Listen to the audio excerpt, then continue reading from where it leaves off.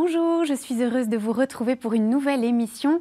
Cette semaine sur Lumière intérieure, nous avons la joie d'accueillir une voix bien connue, un dessinateur, un comédien, Christian Morin.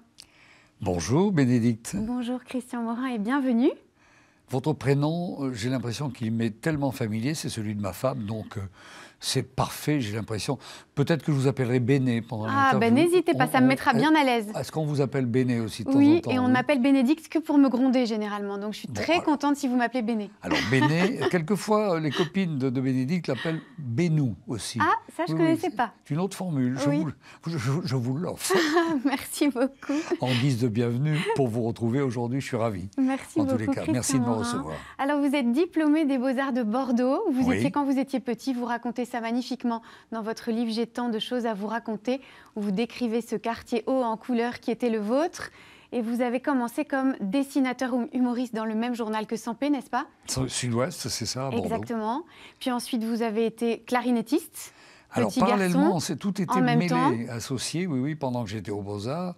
La clarinette est arrivée dans ma vie, la découverte de cette musique de jazz formidable. Donc, j'ai monté un quartet avec des copains étudiants, et puis, de fil en aiguille, la vie était épatante. De temps en temps, il y avait un petit peu de théâtre, un peu moins, parce que l'emploi du temps était quand même très, très chargé. Mais c'était merveilleux. C'était quand même un domaine complètement artistique. Donc, des années de bonheur. Oui, vraiment. Et j'ai découvert quelque chose, d'ailleurs, aux Beaux-Arts, c'est qu'il n'y avait pas de jalousie entre nous. On enviait plutôt quelqu'un quand il avait plus de talent que nous en peinture. On avait envie de faire mieux que lui, ou aussi bien, par rapport à nos professeurs, par exemple. Tous les professeurs étaient des anciens des Beaux-Arts, les peintres, les professeurs de fusain, les professeurs de sculpture, les professeurs de gravure, même l'anatomie artistique, puisqu'on allait travailler sur des cadavres à la fac de médecine, comme le faisait Léonard de Vinci. On était à côté des étudiants en médecine, et puis on avait une épreuve à la fin des 4 premières années de Beaux-Arts, d'anatomie artistique, où il fallait dessiner avec un modèle. Nous, cette année-là, c'était le bras et l'avant-bras, avec le poignet tourné. Et il fallait donc dessiner le corps et les muscles ensuite sur un calque, et ensuite les os. C'est pour ça que l'anatomie artistique n'a plus de secret pour moi. D'ailleurs, il me semble que votre vocation de dessinateur est née à l'hôpital, non? Vous racontez ça dans votre livre, oui, enfin, lors d'une crise d'appendicite. Mon père était dessinateur autodidacte. Je voyais mon père dessiner, donc j'avais une propension à dessiner aussi beaucoup. Mais à l'hôpital, lors d'une opération de l'appendicite, j'avais du temps. Et je m'étais mis dans la tête de faire une bande dessinée dans le style de Tintin. C'était un peu prétentieux de ma part. C'était audacieux. Donc ça m'inspirait. Hergé m'inspirait beaucoup. Je découvrais dans Spirou un jeune débutant dans la BD, c'est Gaston Lagaffe, dessiné par un dessinateur inouï qui s'appelait Franquin. Et puis après, j'ai eu le bonheur de croiser Sampé quelques années après, puisque moi, j'ai commencé à travailler pour Sud-Ouest 10 ans après Sampé. Oui. Et puis on s'est rencontrés pour une émission de jazz, et il y a un petit dessin dans le livre d'ailleurs qui évoque ce rendez-vous où on se croise tous les deux par dessin interposé. Et puis après, j'ai rencontré Cabu, Uderzo aussi, qui était devenu un très très bon ami, enfin que des gens sympathiques. Qui vous a offert une planche d'Astérix chez les Bretons. D'ailleurs, vous ne dites pas laquelle c'est dans votre livre, c'est laquelle? Page 38, vous dites, si mes souvenirs sont bons. Oui, c'est la page où il y a le fameux match de rugby. Ah, c'est cette page, oui, je vois très bien. On voit quelqu'un enfoncer la tête d'un autre joueur dans la pelouse. Et vous savez pourquoi il vous a offert celle-là? Oui, parce que c'était un échange de bons procédés. J'avais fait une exposition de dessin humoristique. Je faisais beaucoup de dessins et de graphisme sur toile, mais après j'ai fait du dessin humoristique sur toile ou sur papier. Et j'avais fait une exposition au Forum des Halles en 81. Oui, en 81. Et il y a eu 2 événements d'ailleurs en 80. Il y a l'arrivée des socialistes au gouvernement avec M. Mitterrand et mon exposition. Non, mais moi j'étais à l'exposition. Bref, je plaisante. Et donc il est venu à cette exposition. Il y avait beaucoup d'amis que je croisais déjà un petit peu à la radio. Et il est venu avec sa fille. Et puis, en regardant l'exposition, il y avait un dessin qui lui plaisait beaucoup. Alors je n'ai rien dit. Je lui ai fait envoyer chez lui un dessin sur toile. C'était l'histoire d'une bombarde qui envoyait un boulet de canon pour l'autre côté d'un fossé. Et le type qui était de l'autre côté du fossé se moquait du type qui avait envoyé le boulet de canon, car le boulet de canon était tombé dans le fossé et était au milieu du dessin.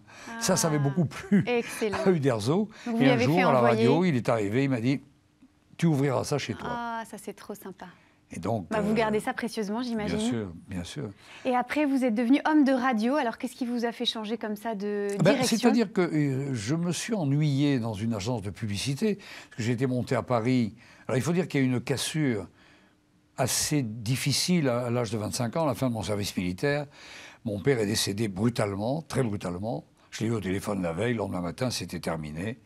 Il est mort comme il le souhaitait, comme beaucoup de gens peuvent le souhaiter. Ça s'est arrêté, il n'a pas souffert. Oui. Mais enfin, bon, pour le reste de la famille, c'était assez difficile. Très violent. Oui. Et je montais à Paris, donc, pendant mon service militaire, pour prendre des contacts, pour travailler en agence de publicité. J'ai trouvé du travail pendant 15 jours et je me suis ennuyé. Le travail, 9h, midi, 14h, 17h ou 18h, ça, c'était pas pour moi. J'avais pris je crois que c'était des bonnes habitudes, mais pour les autres, c'était des mauvaises habitudes. Je pouvais travailler à n'importe quelle heure. Si je rentrais de faire un concert sur le bassin d'Arcachon à 2h du matin, je me mettais à ma planche à dessin, je finissais à 4h ou 5h du matin, et l'après-midi, je livrais le dessin qui était attendu par ceux qui me l'avaient commandé. Bref. Donc, je me suis ennuyé, et j'ai essayé de penser à un métier, une profession qui pourrait réunir tout ce que j'avais fait pendant presque une dizaine d'années à Bordeaux, les beaux-arts, le dessin, la bande dessinée, le dessin humoristique, les concerts de jazz, la musique, quelques conférences sur le jazz, etc. etc. Et je me suis dit, qui pourrait m'aider à rassembler tous ces passions? Et il y avait quelqu'un qui me fascinait, Béné, oui, à l'époque, c'était Jacques Chancel, avec le grand échiquier. J'étais fasciné. J'avais un copain qui était monté en même temps que moi à Paris, qui était l'assistant de Jacques Chancel, et qui me faisait venir sur le plateau. Et de découvrir un homme comme Jacques Chancel, qui pouvait recevoir Karajan, Rostropovitch, Lino Ventura, Georges Brassens, une danseuse étoile de l'opéra, etc., ça me fascinait. Mais la télé me faisait peur quand même. Donc je suis allé dans une radio que j'écoutais beaucoup le dimanche matin, parce que j'écoutais beaucoup les émissions de Francis Blanche, et je suis allé à Europe 1 demander s'il y avait des stages pour former peut-être ce que j'appelais encore un speaker. Ah oui, oui. C'était un animateur, on m'a dit non, animateur, meneur de jeu. Et on m'a dit, vous avez des maquettes? J'ai dit non, ben vous allez en faire une. J'en ai fait une, puis deux, et puis... Ils ont aimé votre voix. L'histoire a commencé. Ouais. J'ai rencontré là un homme merveilleux que beaucoup de gens connaissent au travers de chansons de grands artistes. Ça va de Beko à Sardou, en passant par Joe Dassin et beaucoup d'autres. C'est Pierre Delanoë, qui était le directeur artistique d'Europe 1 à ce moment-là, et qui m'a dit, est-ce que vous êtes libre dans la nuit du 9 au 10 ? J'ai dit, mais oui, évidemment, dans ces cas-là. C'était un beau cadeau de Noël. Donc j'ai commencé dans la nuit du 9 au 10 janvier 1972. C'était au siècle dernier, déjà. Oui. Et après, la télé vous a ouvert ses portes. Alors la télé, oui, parce que quand on faisait de la radio, on avait tous envie d'apparaître à la télé, oui, de quelque manière que ce soit. Et donc la télévision est arrivée en 1975. J'ai croisé un de mes amis journalistes à Europe 1 qui s'appelle Pierre Bonte, et qui est devenu mon voisin, d'ailleurs. On se croise de temps en temps dans le même quartier. Nous avons le même pressing, d'ailleurs, aujourd'hui. Et Pierre me dit, tu devrais aller jeter un coup d'œil. France 3 cherche un animateur pour une émission de jeu assez particulière. Bon. Donc, je me suis présenté. Et il y avait d'autres candidats. Et il y avait deux personnes qui passaient avant moi. C'était André Torrent, qui était déjà à RTL, déjà plus connu que moi. Moi, j'avais 3 ans de radio. Et Gérard Rolls. Ils sont passés avant moi, donc j'avais très peur, j'étais impressionné. Et j'ai passé un essai pour cette émission. Je me suis trompé à un moment, j'ai essayé de me rattraper. Ça a amusé le producteur, qui était celui qui présentait les dossiers d'écran, Alain Jérôme. Et à la fin, il m'a dit, est-ce que vous êtes libre à déjeuner? J'ai dit oui, tout à fait. Allons déjeuner ensemble, on va parler sérieusement. Et j'ai été choisi. Alors l'émission était très intéressante. C'était le premier jeu de France 3 qui avait commencé depuis Lille, présenté par un journaliste lillois de FR3 Lille. Et l'émission, on avait récupéré des stocks et des stocks d'images vues d'avion qui permettaient de découvrir la France. Et le jeu était très simple. Selon que vous descendiez plus ou moins vers le sol et vers la ville ou la région à découvrir, vous gagniez moins d'argent transformable en billets d'avion. Il y avait un partenariat avec Air France, donc ça s'appelait Altitude 10 000.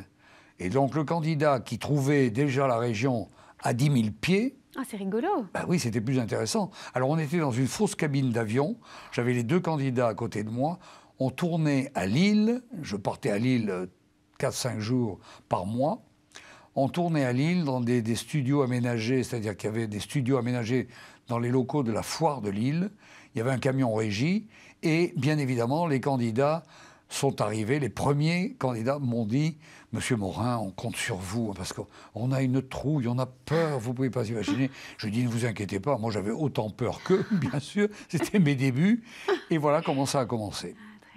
Et donc l'émission a duré à peu près 1 année, ça marchait très bien. Alors quand on était au sol, ça c'était très intéressant, il y avait 3 historiens, Michel Mort, Alain Decaux et André Castelot, c'est comme ça que je les ai connus. Quand je dis que dans ce livre, ce sont des rencontres formidables, la vie, grâce à la radio, puis la télévision, puis la vie tout court et le jazz aussi, m'a permis de rencontrer des tas de gens, et c'était formidable, avec l'avantage que l'on a quand on est fan de quelqu'un, c'est de pouvoir l'approcher un petit peu plus rapidement. Ouais. Alors justement, parlons-en de ce livre. Christian Morin, c'est votre actualité. Vous l'avez publié aux éditions XO. J'ai tant de choses à vous raconter. Et certainement, on aurait envie de vous demander laquelle aujourd'hui, pour nous, vous auriez envie de nous raconter? Ben, un petit peu tout de détails. S'il y a quelque chose qui vous plaît en particulier, ne vous gênez pas, posez-moi des questions, je répondrai. Ce que je voulais surtout, c'est... Bon, et bien sûr, il y a eu cette aventure formidable avec la télévision qui a été La Roue de la Fortune. Oui. La Roue de la Fortune, ça a duré pendant 5 ans et demi, avec 1600 ou 1700 émissions à peu près, et une vitrine extraordinaire, car à l'époque, il faut quand même replacer tout cela dans le contexte, il n'y avait pas autant de chaînes qu'aujourd'hui. Bien sûr. Il y avait la 1, la 2 et la 3. Donc, tout le monde regardait ça. Canal était payant. La 5 allait commencer à exister en 86. Et puis la 6 commençait à balbutier. Et quand le poste de télévision Bénédicte s'allumait, dès qu'on appuyait sur un bouton, ça s'allumait toujours sur la 1. Il n'y avait pas beaucoup de télécommandes. Quand on voulait changer de chaîne, il fallait se lever du canapé ou du fauteuil pour aller appuyer sur un autre bouton.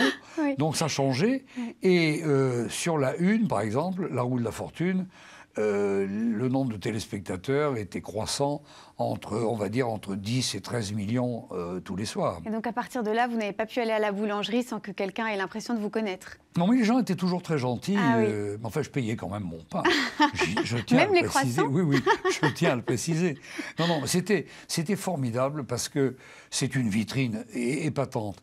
Alors bien sûr, mais pour les gens que je rencontrais quelquefois après, qui me disaient mais c'est marrant, parce que vous avez fait La Roue de la Fortune, mais vous faites du jazz aussi, oui. Vous dessinez, etc.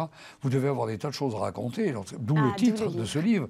Et je n'ai rien contre La Roue de la Fortune, je ne dénigre pas, au contraire.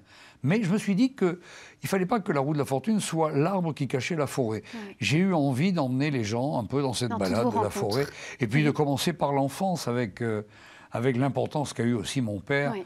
Dans ce déclenchement aussi de ma vie, et de ce qui s'est dessiné, je ne dirais pas malgré moi, mais avec lui et grâce à lui, et avec moi après par la suite. Et bien c'est parfait, parce que ça nous permet de passer à la seconde partie de cette émission. Alors on vous a prévenu, on va vous laisser tout seul dans cette pièce. Vous allez m'avoir en voix dans l'oreille et nous allons vous présenter 4 mots et vous laisser exprimer ce qu'ils vous inspire et nous partager votre lumière intérieure. Parfait. Merci beaucoup. Merci.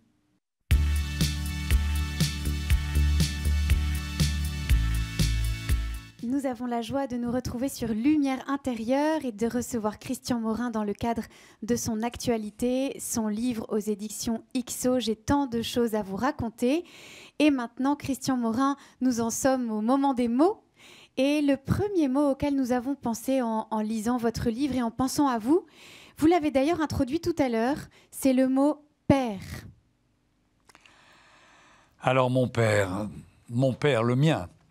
le Le mien, il y avait autant d'amour pour ma mère, hein, je le précise, mais mon père était un homme assez particulier, qui avait beaucoup d'humour, qui plaisantait tout le temps. Je pense, je le raconte dans le livre, que cet humour l'a sauvé, lui a permis d'être un peu au-dessus lorsqu'il s'est retrouvé prisonnier des Allemands dans un camp de réfractaires en Pologne. Mais cet homme était merveilleux. J'ai découvert ce merveilleux encore plus après sa disparition. Je vous explique.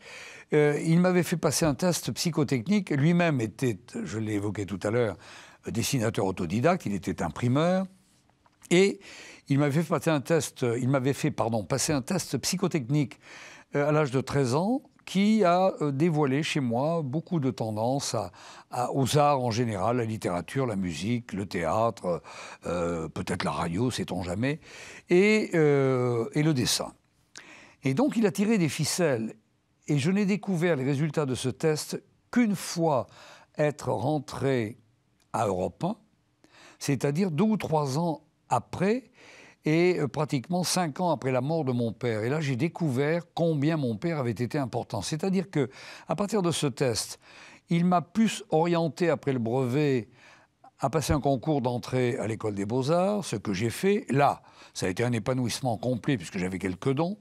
Et j'avais déjà commencé à suivre les cours du soir sur ses conseils. Puis un jour, mon père, un homme qui a connu la guerre, me dit « Tu sais, ce serait peut-être bien que tu apprennes un instrument de musique. On ne sait jamais, ça peut toujours servir. » J'ai donc appris un instrument de musique. Le père d'un copain de collège était professeur de saxophone et de clarinette. Je ne dis pas que s'il avait été harpiste, j'aurais appris la harpe, sait-on jamais. Mais j'ai appris la clarinette, ça m'amusait. Et voilà. Et donc mon père a été ce jalon. Si j'avais à marcher aujourd'hui sur un chemin, je pense que dans les petites flammes qui borderaient le chemin, je verrais toujours le clin d'œil ou le sourire de mon père qui viendrait continuer de border ce chemin. C'est pour ça que, avec tout ce qui m'est arrivé dans la vie, je pense à lui. J'en ai longtemps parlé aussi avec ma mère, puisque ma mère a vécu beaucoup plus longtemps, jusqu'à l'âge de 94 ans. Mais voilà, donc je lui dois beaucoup. Et c'est un homme qui m'a manqué dès sa disparition. C'est pour ça que je me tournais toujours vers des gens un peu plus adultes dans le travail, que ce soit dans la musique, dans le dessin. J'avais beaucoup d'admiration pour ces gens un peu plus élevés qui devaient, malgré moi, représenter probablement le père, je pense. Alors, vous évoquez sa captivité. À votre avis, qu'est-ce qui lui avait donné cette force de vie, cet appétit de vivre dont vous parlez dans ce livre, qui fait qu'il n'est pas revenu cassé en 1000 morceaux, ni sombre, ni ratatiné, mais au contraire avec encore de l'humour, de l'envie de vivre et de dévorer la vie? Mais écoutez, d'abord, quand il racontait ces moments un petit peu compliqués de captivité, dirons-nous, c'était toujours avec humour, avec tous ses copains anciens prisonniers. Il faut que je vous dise aussi que mon père était simplement caporal quand il a été fait prisonnier dans les premières ligues en 40. Mais cet humour s'est prolongé parce qu'il a falsifié ses papiers pour se faire passer pour un sous-officier, car le sous-officier pouvait refuser de travailler pour les Allemands. Donc, il a refusé de travailler, il était donc réfractaire. Et je ne dirais pas que sa vie de prisonnier a été réjouissante, mais ça l'a aidé, quand je le disais en début de conversation, cet humour a dû le sauver. Mais il aimait bien plaisanter. C'est ce que j'ai essayé de garder. Il avait une espèce de légèreté, il était son propre patron, il avait une toute petite imprimerie. Il n'y avait pas d'employés, c'était une toute petite imprimerie qui faisait beaucoup de travail d'impression pour les factures des grosses sociétés, quelquefois comme le Crédit Agricole, ou d'autres sociétés de ce type, et puis tout ce qui était carte de visite, etc., papier en tête, bref. Et donc le matin, il se levait quelquefois à 5h30, 6h, il se baladait dans Bordeaux, il allait faire des dessins, il avait son petit carnet de croquis, et puis il arrivait à 8h, 8h15, 8h30, quelquefois 9h, personne ne l'attendait, personne ne pouvait lui reprocher quelque retard que ce soit, et voilà, c'était mon père. Et ça vous a plu aussi, si j'ai bien compris? Oui, parce que il aimait bien, il a dû voir que j'avais un peu cette légèreté aussi. Je pense qu'il a dû l'entretenir un peu, ce qui n'empêchait pas une certaine discipline de la part de mon père, et de ma mère. Mais j'ai eu des parents aimants, on vivait dans une petite maison, ce qu'on appelle les échoppes bordelaises, sans étage. Et il n'y avait pas de salle de bain. J'ai découvert une salle de bain, j'avais 17 ans ou 18 ans à peu près. Donc c'était la cuisine, et tout se passait très bien. C'était un tout petit appartement.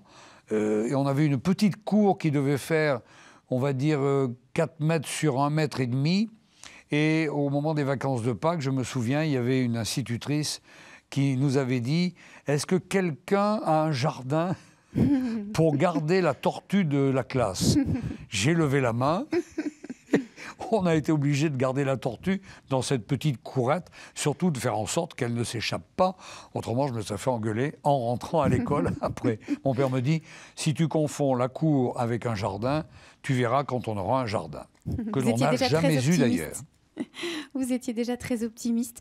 Et vous racontez un épisode très émouvant dans votre livre, un moment où votre père retourne en Belgique, où s'était situé un combat terrible, et où là, vous voyez son visage qui change, et ce père léger et joyeux revêt un visage sombre et peut-être angoissé de ce souvenir effrayant qui lui revenait à la mémoire. Est-ce que vous voulez bien nous raconter cela ? Volontiers, Bénédicte, parce que je me souviens, je commençais à peine à faire de la clarinette, d'ailleurs, vous verrez pourquoi j'évoque ça. On était partis avec mon beau-frère et ma sœur, ma mère et mon père et moi, et on partait donc vers la Belgique. Et en passant par Carvin, où mon père avait été fait prisonnier en défendant une ferme, après avoir été encerclé toute la nuit par les Allemands, eh bien, on s'est arrêté dans cette ferme. Mon père l'a reconnu. Les gens de la ferme avaient gardé les tôles des hangars qui étaient encore criblés de balles. On était à peu près en 57-58 par là. Et il a revu la petite fille qu'il avait vue des fermiers pendant la guerre, qui était devenue une femme, qui avait 2 enfants, qui était toujours cultivatrice. Et quand il a revu cette ferme, je me souviens du visage de mon père, blême. Je me suis dit, après, s'il avait été cardiaque, je pense qu'il aurait pu avoir un sérieux problème. Je ne sais pas si, pour ceux qui ont vu le film Un taxi pour Tobruk, à la fin, alors qu'on a vu tout le périple de Lino Ventura, qui a perdu tous ses copains pendant ce périple, Lino Ventura, il y a quelqu'un qui lui reproche d'avoir gardé sa casquette au moment du défilé militaire sur les Champs-Élysées. Et il enlève sa casquette avec un visage très très fermé. Mon père était comme ça. Ça m'avait frappé. C'était une émotion pour lui, mais après un bonheur, parce que bien sûr, il était heureux d'avoir pu retrouver cette ferme avec tous ces détails qu'il a pu retrouver et que ces gens avaient gardés de façon tout à fait adorable. Et quand on est arrivé en Belgique, on allait donc en Belgique retrouver la marraine de guerre de mon père, qu'il avait tue puisqu'il avait été il avait été fait prisonnier, mais il était blessé. Donc il est allé à l'hôpital de Gand pendant 2 ou 3 mois, et sa marraine de guerre, Bernadette Hockey, habitait à Gand. On est allé à Gand, j'ai fait sa connaissance, et elle avait caché pendant toute la guerre un petit juif qui avait 5 ans de plus que moi et qui jouait de la clarinette dans un orchestre de jazz. Incroyable. D'amateur, hein. Donc, j'ai eu l'autorisation de mon père pour l'accompagner à une séance de répétition. J'y suis allé. J'avais pas ma clarinette avec moi, mais j'ai vu cet orchestre. Et après, je suis allé dîner. Malheureusement, c'est là, à 13 ans ou 14 ans, que j'ai bu ma première bière alcoolisée en Belgique. Et je suis rentré, on va dire, allez, très joyeux. Voilà, ma première cuite, c'est en Belgique. Alors, nous allons maintenant passer au second mot. Ce second mot est assez grave. C'est absence. L'absence, ce n'est pas celui du père seulement, c'est celui de tous ceux que vous approchez. L'absence, bien sûr, quand les gens s'en vont, j'ai toujours ce sentiment de ne pas avoir, ça a été le cas avec mon père, de ne pas avoir été assez loin dans des conversations. On se dit, est-ce que je lui ai posé les bonnes questions? Est-ce que j'ai été à la hauteur de ce qu'il pouvait souhaiter? Mais là, c'est trop tard, on ne peut plus. On a envie de décrocher un téléphone quelquefois pour appeler celui qui est absent, mais on ne peut pas l'appeler, il ne sera pas au bout du fil. Et cette absence, c'est quelque chose qui me perturbe, mais à l'inverse, lorsque je serai appelé à disparaître, lorsque le bon Dieu estimera que mon temps est terminé, eh bien, je ne m'en rendrai peut-être pas compte, mais ce qui me rend triste dans la disparition, dans la mort, c'est que je ne vais plus pouvoir voir ceux que j'aime et que je laisserai encore en vie. Ça me préoccupe beaucoup. Mais l'absence, ce n'est pas simplement qu'au niveau matériel ou physique. L'absence, ça peut être l'absence de quelque chose que l'on n'aurait pas dit à quelqu'un. Et on s'en rend compte quand il est trop tard. Je reviens un petit peu à ce que je disais tout à l'heure. On n'ose pas, quelquefois, dire un mot. C'est pour ça que je préfère avoir du remords que des regrets. Je préfère avoir prononcé une phrase qui peut heurter quelqu'un, mais au moins le lui avoir dit, plutôt que de m'être retenu. Et l'absence, c'est un mot terrible. Alors, c'était un mot terrible à l'école. Il fallait surtout ne pas être absent quand il y avait des compositions. Surtout ne pas arriver. J'ai jamais menti, j'ai jamais eu de... Vous savez, le mot d'excuse qu'on apporte aux profs. Mais à l'école, j'étais pas, à part la grippe, quelquefois qui m'a retenu, mais j'étais rarement absent. Mais l'absence, ça peut être l'absence de jolies lumières autour de vous, une absence financière pour quelqu'un qui débute dans la vie, l'absence d'amour aussi pour les gens. C'est pour ça que quand vous aimez quelqu'un, autant le lui dire tout de suite, que ce soit au niveau de l'amitié ou de l'amour tout court, il faut surtout dire les choses. L'absence, ça va dans le sens des mots. L'absence de mots pour les autres, il faut surtout ne rien restreindre. Pas de frontières. Ouvrez.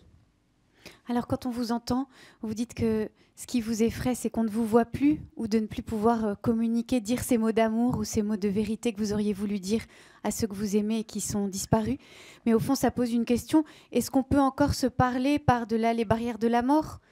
Est-ce qu'on peut communiquer ? Est-ce qu'on peut se voir ? Alors certains oui, parce qu'il m'arrive, moi, quelquefois, quand je suis seul, quand j'ai fait quelque chose qui a bien marché ou qui m'a amusé, je pense à mon père en me disant « Tiens, j'espère que ça t'a fait rire aussi ». Enfin bon, on s'adresse toujours à la personne qui vous manque à ce moment-là. Mais ça peut être aussi l'absence de quelqu'un qui n'est pas avec vous pendant quelques jours. Ça peut être ma femme qui peut être absente, j'ai envie de lui dire quelque chose, donc je lui dis dans l'absolu, ou je lui dis « je lui dirai ça », etc. Parce que j'ai manqué de le lui dire alors qu'elle était en face de moi. Ça peut être ces choses-là, effectivement. Mais on peut parler Je ne crois pas tellement au lien qu'il y a avec... Est-ce que les morts continuent de nous parler, d'exister ? Peut-être au niveau de l'âme, au niveau de... Je garderai plutôt un sourire de ceux qui sont partis un peu trop tôt, ou de bons moments que nous avons partagés. Ça aussi, ne réduisez jamais l'absence de bons moments à partager avec les autres. Mais au fond, ce que vous dites, c'est qu'on éprouve le silence de ceux qui sont partis quand même. On l'éprouve durement. Voilà. Ouais. Et que Ce même silence si est terrible. Le silence est terrible, et à tel point que c'était pas tellement, pas à la mode, mais c'était pas tellement un outil qu'on avait à l'époque. Mais je regrette de ne pas avoir un enregistrement avec la voix de mon père. Ah, ça je comprends. C'est terrible. Oui. Même la voix de ma mère, j'aurais pu le faire d'ailleurs. Je pourrais peut-être le retrouver sur quelques bandes de radio. Mais c'est vrai qu'on en oublie la musique. On oublie la musique de ces voix si familières. Exactement. Oui.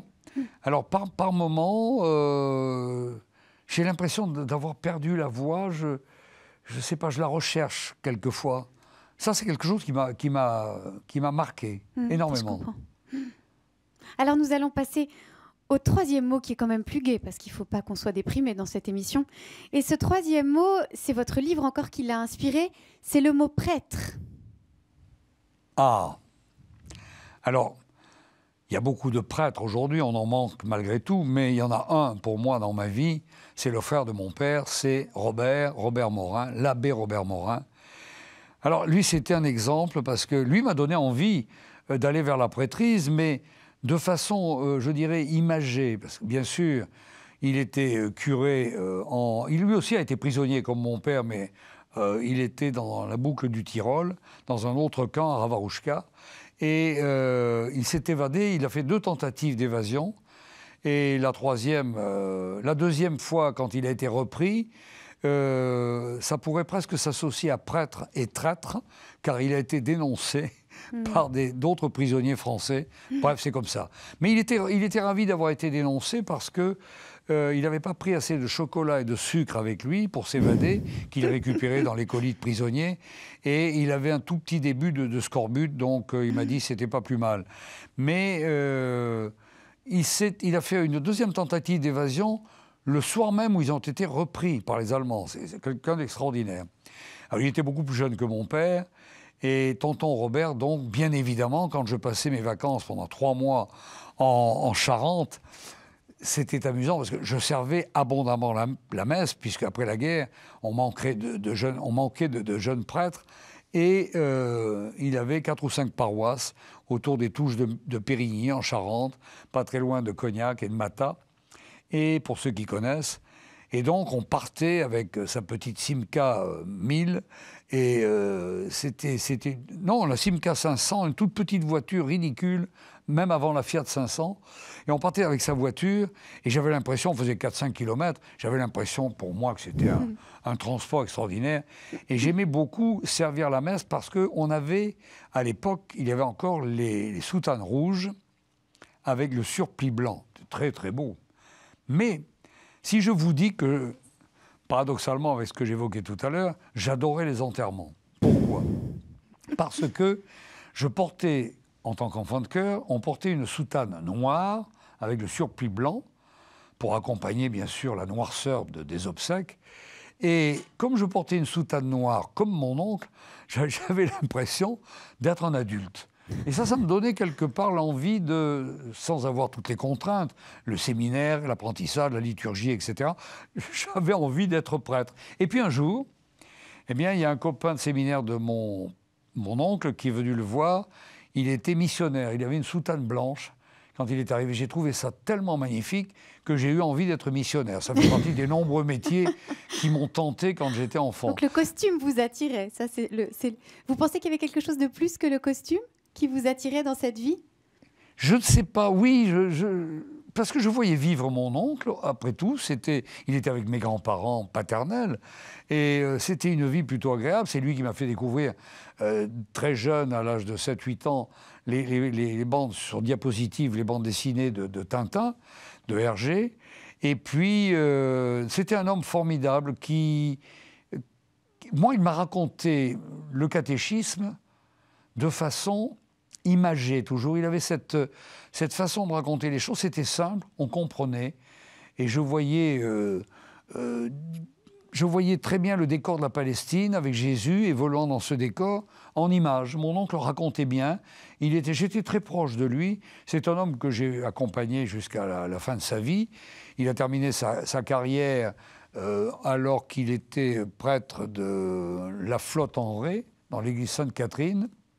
Et d'ailleurs, à cet effet, un jour, il me dit « Écoute, je vais faire 2 messes avant l'église Sainte-Catherine, et avant d'aller déjeuner, est-ce que tu accepteras, comme au bon vieux temps, parce que j'adorais lire les textes religieux pendant la messe, et il me dit « Est-ce que tu accepteras de me lire un texte au moment un texte de l'épître ?» Je dis « Mais pas de problème ».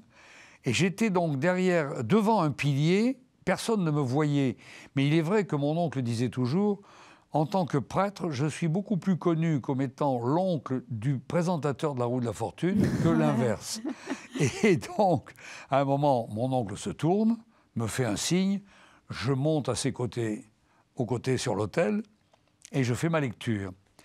Et à ce moment-là, il y avait à peu près 150 fidèles qui étaient là.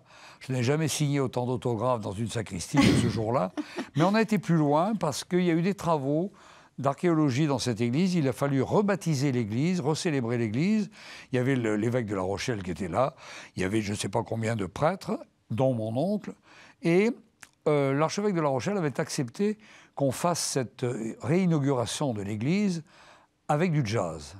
Donc je suis venu avec 7 musiciens, 7 têtes, et l'église était bondée de monde, et mon oncle m'a dit « Tu devrais revenir jouer un peu plus souvent. » Voilà. Et après, c'est une jolie invitation. On est allé manger quelques fruits de mer.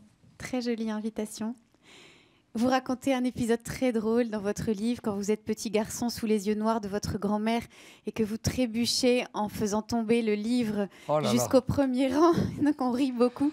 Mais vous dites aussi un peu plus loin, sur une note plus sérieuse, que vous aviez, quand vous étiez enfant de cœur, une mission à remplir et vous écrivez « Honorer le Seigneur ». Oui. C'est-à-dire pour moi, le Christ en ivoire sur sa croix d'ébène, car Dieu son Père, je ne le voyais pas. Exactement. Du coup, j'avais envie de vous demander, qu'est-ce que ça signifiait pour vous, petit garçon, petit Christian Morin, honorer le Seigneur, ce Christ en ivoire? D'abord, honorer le Seigneur, j'avais l'impression de... Ma grand-mère était très dévote et très heureuse d'avoir un de ses fils qui soit prêtre, d'ailleurs. Mon grand-père aussi, mais ma grand-mère surtout. Elle s'appelait Bathilde. Bathilde de Moncé, en un seul mot. Enfin, pas séparé. Il n'y avait pas de noblesse dans la famille. Bref. Et avant de s'appeler Morin. Et alors, il y a l'incident que je raconte, la messe d'un dimanche, où c'était à l'époque, on n'avait plus les soutanes, on avait les aubes blanches que l'on ficelait à la taille plus ou moins bien, ça pendouillait à l'avant, ça remontait à mi-mollet à l'arrière, et en descendant avec, au moment de l'évangile, avec le livre sacré, un livre avec des enluminures, un livre formidable qui devait dater du XVIIe ou XVIIIe, enfin bref. Et j'accroche la soutane, je m'étale de tout mon long avec le livre qui n'a pas été abîmé, heureusement, mais la honte, d'autant qu'au passage j'ai accroché les clochettes du Sanctus, donc ça a été un bruit épouvantable. Et au premier rang, il y avait ma grand-mère qui me regardait, je ne voyais qu'elle. Il me regardait comme ça. C'était le neveu du curé qui venait de tomber, et en remontant, j'ai eu les yeux de mon oncle qui m'a regardé comme ça. Bon, bref. Mais ça s'est très bien terminé. J'ai quand même eu le droit d'assister au déjeuner dominical. Et donc, c'est vrai que ça me fascinait de voir ce Christ. Alors, il y avait souvent des croix. D'ailleurs, je suis à la recherche d'une croix comme ça, au marché aux puces. J'étais fasciné. On taillait le corps du Christ dans de l'ivoire. C'est interdit aujourd'hui, bien sûr, mais c'était magnifiquement fait. Et il y avait ce bois avec ce corps en ivoire sur la croix. Non seulement ça me fascinait, il existait de cette manière, mais en même temps, j'avais l'impression surtout, en respectant Dieu et Jésus et l'histoire religieuse et le catholicisme, j'avais surtout l'impression de respecter celui qui était proche de moi tous les jours, mon oncle. Et quelque part, je me demande encore aujourd'hui si je ne confondais pas mon oncle avec Jésus, un peu, dans la mesure où il transportait la parole du Christ. Il continuait de l'évoquer tous les jours, tous les dimanches. Donc, j'ai beaucoup aimé cette période. Et vous avez gardé un attachement à la parole de Dieu dont vous parlez beaucoup, finalement, lire les Écritures? Oui, mais de façon... Et je devrais faire mon acte de contrition, parce que malheureusement, avec le temps, je vais toujours à la messe, mais pas assez à mon goût. Je pense à des prières aussi, surtout la Vierge Marie, qui était la sainte que mon oncle adorait, honorait. Et je fais des prières quelquefois quand il y a des petits moments un peu pénibles dans la vie, alors qu'on devrait le faire tous les jours. Pourquoi ? Parce que je trouve que la prière ou le respect d'une religion, quelle qu'elle soit, j'allais dire, mais c'est au moins un garde-fou qui permet d'avoir, vous savez, ces espèces de rambardes pour ne pas tomber du mauvais côté. Et je pense qu'on s'en éloigne malheureusement trop vite, les uns et les autres. Et avec l'âge, aujourd'hui, avec le recul, je me dis parfois quand même que ce serait bien d'y revenir un peu plus souvent. Mais avec Bénédicte, on adore, dès qu'on va quelque part, visiter des églises. Je trouve que ça nous offre toujours un moment particulier, surtout en ce moment, avec tout ce qui se passe autour de nous, et pas que dans notre pays, mais dans le monde entier.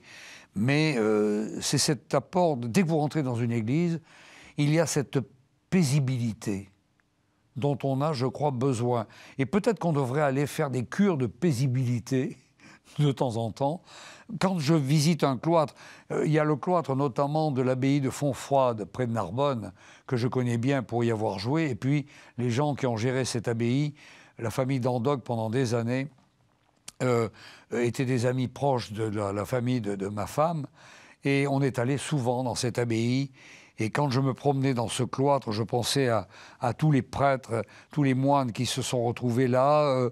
Et je ne sais pas, là encore, il y a une espèce de bien-être. Dès que j'ai fait une prière ou dès que j'ai visité un lieu comme ceux que je viens d'évoquer, j'ai toujours un sentiment de paix. De propreté, de paix, mais de limpidité. De limpidité, de pureté. J'ai toujours le sentiment que ça va mieux. Ce qui fait qu'en vous le disant, je me rends compte qu'il faudrait que je fasse peut-être un peu plus souvent. En fait, vous venez de rendre le plus bel hommage que vous pouvez faire pour votre oncle Robert, en disant qu'il avait été pour vous un visage de Jésus finalement, et qu'il vous avait apporté de connaître ce visage de Jésus. Et ça nous permet peut-être de passer au dernier mot, le mot joie. Le mot joie. Alors, je vais faire un tout petit raccord avec le mot précédent, avec prêtre, parce que je suis très fier, et je l'ai mis dans le livre, mon oncle, pour service rendu à l'évêché de La Rochelle, et il a été professeur et aumônier aussi à l'école Fénelon. Je croise quelquefois d'anciens élèves de l'abbé Robert Morin qui me disaient, notamment un ancien patron du Monde, très bon écrivain qui s'appelle Éric Fotorino, qui me disait, quand j'en étais convoqué chez Robert dans son bureau, j'arrivais et il y avait ta photo d'Europe 1 qui était sur son bureau. Donc fier. On voyait que ça en arrivant, mais aller chez Robert. Bref, pour service rendu, l'évêché a rendu un hommage, c'est assez rare comme façon d'honorer un homme et un prêtre. Son nom est gravé sur la cloche, une des cloches de l'église de Sainte-Marie de Ré, dans l'île de Ré. Et il est enterré aujourd'hui à la Couarde. Magnifique. Et ce qui est amusant, c'est qu'au moment de ses obsèques, il y avait une espèce de joie, justement, on va y arriver, parce que les gens, les proches de mon oncle, avaient demandé cette chose-là, que nous allions de l'église au cimetière, pas avec un corbillard classique, qu'on y aille sur une table à roulettes, de façon à ce qu'on traverse tout le village de la Couarde. Et je n'en revenais pas, les gens étaient ramassés sur les trottoirs et applaudissaient mon oncle qui passait dans son cercueil, simplement pour le remercier. C'était extraordinaire. Ça me faisait presque penser aux enterrements à la Nouvelle-Orléans. Il aurait été bien qu'il y ait un orchestre de jazz à la fin pour l'honorer de façon à lui offrir la joie d'être transporté et de retrouver Dieu à ce moment-là. Alors la joie, c'est ce qui manque beaucoup. Il faudrait avoir toujours cette petite lumière. Il faudrait que ce soit obligatoire d'avoir une lumière de la joie quelque part, quand on est un peu dans le gris ou dans la noirceur que vous apporte la vie, hélas. Il faudrait pouvoir avoir une petite lampe torche qui soit une lumière de joie, pour vous éclairer le visage un petit peu et pour vous mettre en joie. Mais la joie, c'est la joie de... pour moi, la joie la plus formidable, ça a été la naissance de mon fils. J'ai assisté à sa naissance. Ça a été une joie de découvrir ce petit bonhomme qui aujourd'hui a 40 ans. Il a grandi. Et c'est la joie d'avoir des amis, la joie de pouvoir, là encore, leur dire de leur vivant, qu'on les aime, la joie que vous apporte la vie, de m'avoir permis de rencontrer ma femme Bénédicte, la joie de rencontrer ses enfants, de rencontrer une famille recomposée, d'essayer d'apporter aussi un peu de joie à quelqu'un. Je pense à ma sœur qui vient de perdre son mari au mois de juillet, et qui est triste, qui s'ennuie forcément. Ma mère m'avait dit ça aussi après la mort de mon père. Donc on essaie d'apporter, c'est bien difficile, au travers de 2 ou 3 mots, on essaie d'apporter un peu de joie. Mais la joie aussi, c'est peut-être le métier que j'ai pratiqué pendant plus de 50 ans, c'est-à-dire la radio, où on apporte une espèce de bonne humeur au travers de la radio. C'est un métier d'échange. La musique apporte de la joie aussi aux gens. Quand vous êtes au théâtre, c'est aussi pour faire passer un moment joyeux aux gens. Quand vous tournez dans un film, c'est pour partager avec eux ce moment que vous allez raconter en tant que comédien. Donc la joie, je crois qu'elle peut se transmettre. Ce serait presque le mot qu'il faudrait mettre et connaître en tout premier lieu quand on arrive sur Terre. Ce qui est terrible d'ailleurs, C'est pour ça qu'il faut être joyeux tout au long de sa vie, parce que déjà, à sa naissance, on est condamné à mort, on ne sait pas quel sera le jour, mais la joie de rencontrer... Vous imaginez un petit bonhomme qui arrive ou une petite fille au moment de la naissance qui arrive et qui ne sait pas pourquoi et comment il est arrivé. On commence après avec l'éducation, quand les parents vous parlent, mais ce point de repère, il faudrait déjà... Je pense que ce devrait être une obligation de dire aux parents, n'oubliez pas d'apporter de la joie à vos enfants, qu'ils soient joyeux. En tout cas, on a l'impression en vous lisant et en vous écoutant, Christian Morin, que c'est vraiment le talent que vous avez reçu, la joie, et que vous aimez transmettre. Cette joie et cette flamme, elle apparaît dans vos paroles et dans vos mots, c'est certain. Merci beaucoup, Christian Morin. Nous allons passer à la dernière partie de cette émission. Je vous retrouve tout de suite. Merci.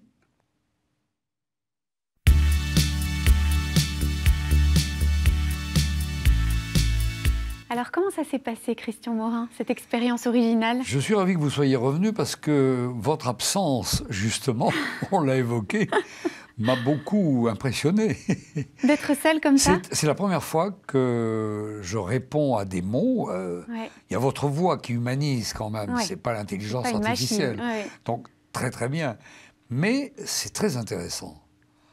Alors, je ne sais pas si c'est de l'ordre du psy, mais on n'a pas besoin de s'allonger, en tous les cas, on se confie. En tous les cas, ça permet aucune retenue, c'est ce que j'ai ressenti. Il n'y a pas de visage. Oui, c'est pas ça, c'est pas... Votre visage ne me gêne pas pour vous répondre. Si vous me posez une question, ou alors je vous dis non, mais on arrête l'interview. Si on vient, c'est tout à fait la moindre des choses d'être au moins poli. Mais ce que je veux dire, c'est que c'est très intéressant d'être... vous posez la question et vous nous lâchez dans la nature. Et là, on s'en va. J'ai trouvé ça très, très intéressant. Je ne sais pas ce que ça a donné, si ça vous convenait. C'était merveilleux de vous écouter. On était emportés. Alors, vous pourrez peut-être, à partir de ces 4 mots, faire une analyse du personnage. Et vous, lequel avez-vous préféré de ces 4 mots? Mais les 4. Les 4, j'ai beaucoup aimé. J'avoue que ça tombait bien par rapport à l'absence, bien sûr, par rapport au père. La joie, j'ai beaucoup apprécié. Et puis, le 4e... Le prêtre. Le prêtre, oui, mais le prêtre, bien sûr. Oui, je l'assimilais à mon père, presque. Parce que lui aussi nous a quittés. Et donc, ça m'aura permis de leur parler. Et de leur rendre hommage. Oui. Ah, mais ça, c'est important. C'est important, cette reconnaissance vis-à-vis des êtres qui vous ont façonné un peu, malgré vous. Malgré eux, il y a toujours un exemple, on prend toujours un... Je pense que pour des jeunes aujourd'hui, le problème est peut-être qu'il manque peut-être d'exemples. À n'importe quel niveau. D'exemples ou de donner l'envie de faire comme quelqu'un et d'aller vers...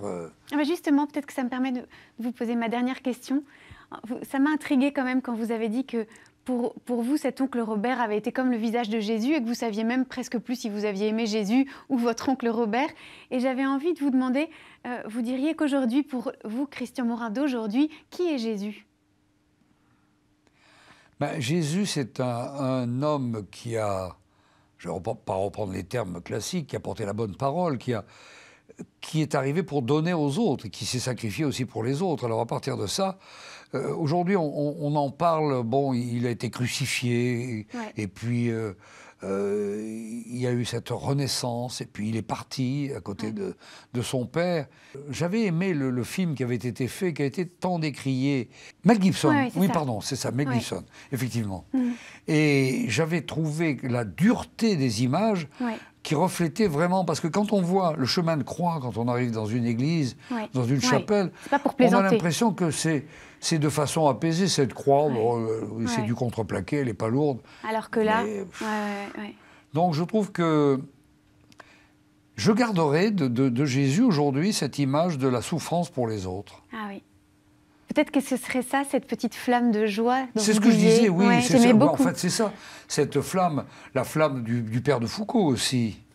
Quand on va à l'église Saint-Augustin, c'est là qu'il a eu la foi, qu'il a été révélé. Et... Donc cette petite flamme de joie, ce serait ça. Se donner pour les autres. C'est cette petite flamme qui peut être tout simplement le cœur.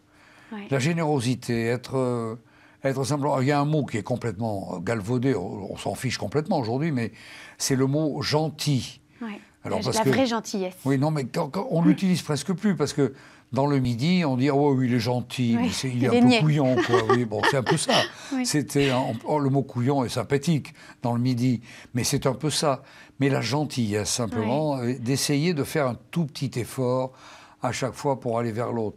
Ne serait-ce que, regardez, ça doit vous arriver, moi le matin, ça m'énerve, il y a des gens que je croise dans mon immeuble, qui sont là depuis quelques années, qui ne disent pas bonjour, qui ne répondent pas à un bonjour, et qui ne sourient pas. Ah oui. Donc le sourire comme expression de la gentillesse. Mais le sourire, ça pourrait être... Notre dernier mot. Ça pourrait être mon dernier mot, voilà. Ah voilà. Et ben on est très heureux, on aurait voulu que le temps ne s'arrête pas, tellement on était bien à vous écouter, Christian Morin. J'espère que j'ai apporté quelques sourires, malgré le ton très sérieux de votre émission, Bénédicte. Et je rappelle votre actualité, votre livre aux éditions XO, J'ai tant de choses à vous raconter. Nous étions heureux d'entendre toutes ces choses à raconter de Christian Morin. Je vous rappelle que si vous avez aimé cette émission, et c'est sûrement le cas, vous pourrez la retrouver sur ktotv.com et je vous dis à la semaine prochaine. Merci.